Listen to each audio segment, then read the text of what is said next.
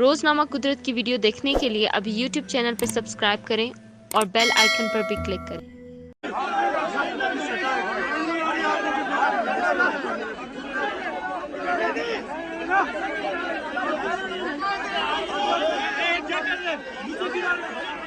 ہمارے سینئر کو نکلنے دیں،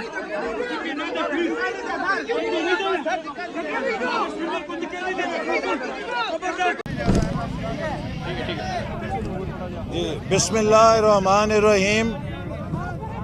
جیسا کہ آپ کو معلوم ہے کہ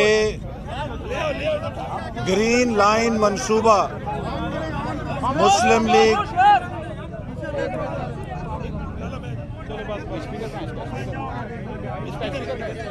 آپ سب کو معلوم ہے کہ گرین لائن کا منصوبہ مسلم لیگ نون کی حکومت نے 2016 میں شروع کیا تھا اور اس کا سنگ بنیاد جناب نواز شریف صاحب نے رکھا تاکہ کراچی کو جدید ترین میس ٹرانزٹ کا منصوبہ مل سکے، لیکن وہ منصوبہ کہ جس پر تقریباً 90% کام 2018 مئی تک مکمل ہو چکا تھا اور جس نے دسمبر 2018 تک مکمل ہو جانا تھا، اس منصوبے کو 3.25 سال تک التوا میں رکھا گیا اور اس منصوبے پر کسی قسم کی کارروائی نہیں دکھائی گئی، چونکہ اس حکومت کو یہ گمان تھا کہ یہ منصوبہ نواز شریف اور مسلم لیگ نون کا منصوبہ ہے، اس لیے اس کے ساتھ سیاسی انتقامی کارروائی کی گئی۔ یہ ظلم مسلم لیگ نون کے ساتھ نہیں تھا، یہ کراچی کے عوام کے ساتھ تھا کہ جن کو جدید جدید ٹرانسپورٹ کی سہولت سے محروم رکھا گیا اور کراچی کے عوام جنہوں نے جدید ترین میس ٹرانزٹ منصوبے سے فائدہ اٹھانا تھا، 3.25 سال ویگنوں پر، بسوں پر دھکے کھانے پہ مجبور ہوتے رہے اور بالآخر آج یہ منصوبہ مکمل کیا گیا ہے 3.25 سال کی تاخیر کے بعد۔